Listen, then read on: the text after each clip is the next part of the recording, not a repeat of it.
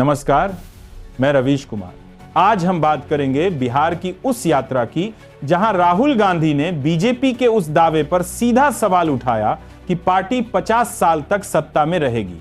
राहुल गांधी ने मधुबनी की सभा में कहा, जब बीजेपी ये दावा करती थी कि वह 50 साल तक सत्ता में रहेगी, तब हमें समझ नहीं आता था, मगर अब साफ हो गया है कि ये दावा चुनाव जीतने का नहीं बल्कि वोट चोरी कर सत्ता में बने रहने का था।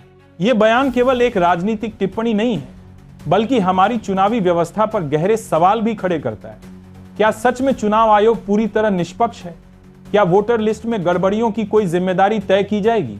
और आखिर क्यों चुनाव आयोग ये नहीं बताता कि कितने ऐसे घर हैं जहां एक ही पते पर कई सारे वोटर दर्ज हैं?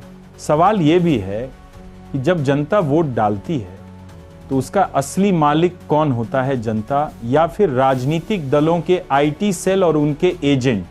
लोकतंत्र की असली ताकत वोट है, लेकिन अगर वोट की लिस्ट ही संदिग्ध हो जाए तो फिर चुनाव का नतीजा जनता की मर्जी से तय होगा या किसी और की चाल से।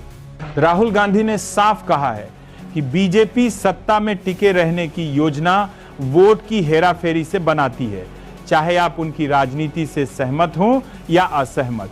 लेकिन इस बयान का मतलब गहरा है, लोकतंत्र के मूल स्तंभ यानी निष्पक्ष चुनाव पर सवाल।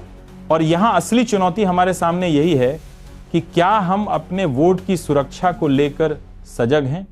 क्या हम ये देखने की कोशिश करते हैं कि हमारी वोटर लिस्ट में गड़बड़ी तो नहीं, या हम सिर्फ नेताओं के भाषण सुनकर ही लोकतंत्र निभा रहे हैं? इसलिए राहुल गांधी का बयान एक राजनीतिक आरोप से ज्यादा एक चेतावनी है। अगर वोट पर ही शक हो गया तो लोकतंत्र सिर्फ नारे और झंडों तक सिमट जाएगा।